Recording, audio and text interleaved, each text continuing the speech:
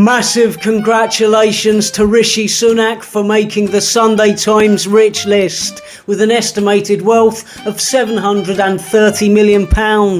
Most of that is his wife's money, but still, big pat on the back for Rishi. I mean, he's absolutely decimated the economy by throwing money around like confetti during the lockdowns, shelling out about £70 billion of furlough payouts, significant amounts of which went to fraudulent claimants. Money that we didn't have to spend in the first place, and money that we'll never get back.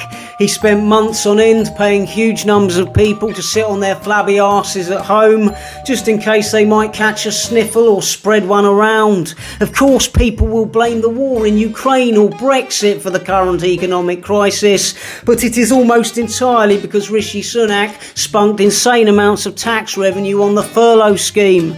Now inflation is climbing faster than a squirrel up a tree in a park full of Dobermans, petrol is unaffordable, home energy is unaffordable, and food is unaffordable. The message from the government is clear: stay exactly where you are, freeze under a blanket, and for the love of God, don't eat anything. If you're under the age of 30, you have to be earning about 70 grand a year before you can even start to think about getting a mortgage, and even then, the sort of properties you'd be looking at will be pokey, inconveniently located, and run down to the point of dereliction. If you make a trip to the supermarket and then the petrol station on your way home, you'd be very lucky to see change out of 100 quid.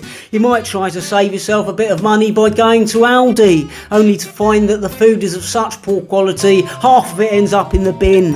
A family holiday overseas once a year used to be vaguely affordable. Now a week in a caravan in Skegness seems like it might require a bank loan. A pay rise at work used to be a cause for celebration. Now it just means you can go back to switching your hot water on for an hour a day instead of limiting yourself to 2 baths a week like they did in the 70s. But not Rishi Sunak. He's got loads of money. He's fine. He can do what he likes, go where he likes, and keep raising your taxes whenever he pleases. Think about that next time you check your bank statement and you start to feel the onset of a pulmonary embolism.